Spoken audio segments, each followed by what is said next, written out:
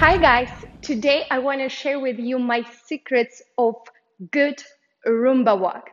But besides the information, you guys have to develop strength in your body because to execute the information I'm about to deliver you, you have to exercise certain muscles and get your body ready. So for that, I have created DanceFit program, this link right here, and you can sign up today to start working out with me right from your home. All right, guys, let's get started. We are going to start with the hip rotation first. But when I rotate my hip, it's not a final destination just to rotate it and then start going.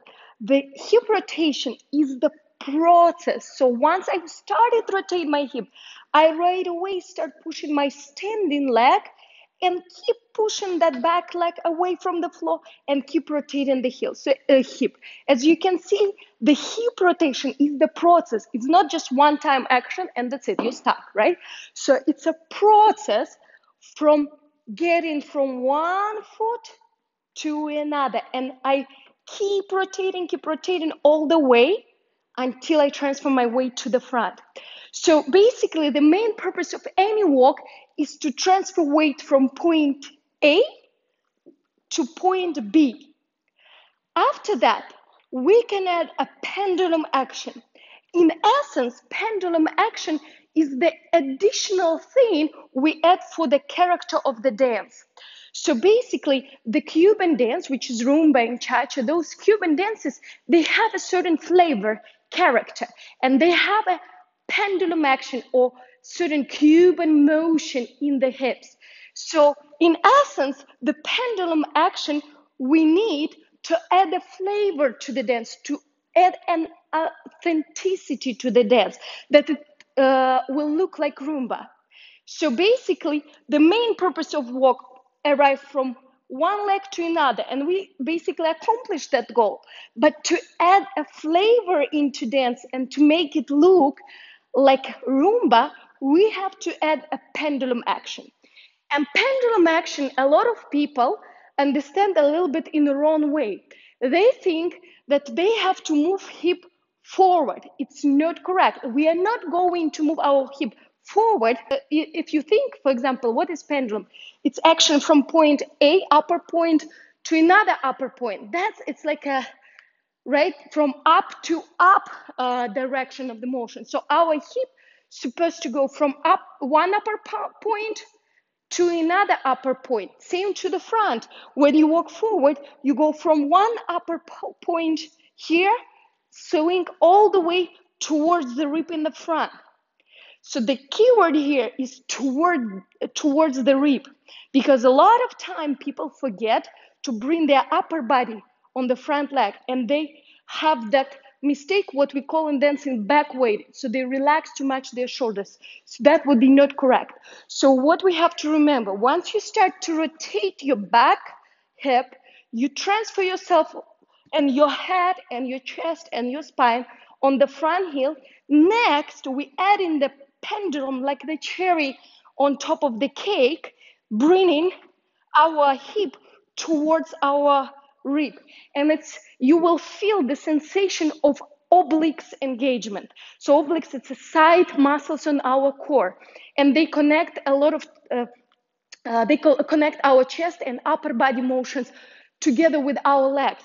So if you don't have, let's say, strong oblique muscles, then your Rumba walk probably will look a little bit like this. So your upper body will constantly swing back. So you have to exercise those muscles. You can do it with me, with my program, where I created a lot of exercises to target that area. So core here should be engaged. So there is no vacation for our ribs. So we keep in hip towards our oblique muscles, towards our rib. So next, once we completed the pendulum, as you can see, my back leg is still straight and the hip is open. So a lot of time people do this mistake. Once they arrive, they right away relax that back leg and it's not look pretty. You don't have beautiful line anymore. So make sure once you finish your pendulum, you keep both legs still straight. So after that, you start rotating your hip on the standing leg, and you start connecting your knees first. So as you can see, I'm not even dragging my foot yet. So a lot of time people also start doing this kind of lifting up themselves, and also it may affect your balance. So make sure, guys, that once you start rotating your hip, you return yourself a little bit on the heel of the standing leg and connect your inner thighs and your knees first without moving the back foot. And only after that, you continue rotating that hip on the standing leg, and then continue dragging that foot. And again, my hip is not done yet. It still has a room to continue rotation, continue until I arrive to the next step. So again, let's recap all the main points for the Rumba walk. So first, you have a hip rotation. And it's a consistent process, and it's not one-time action, right? As we said before. So hip rotation, so your weight shifting from A to B, finish it with the pendulum, connect knee to knee position, rotate and start rotating another hip, continue rotating another hip, transfer weight, pendulum, start rotating the front standing leg, and 1,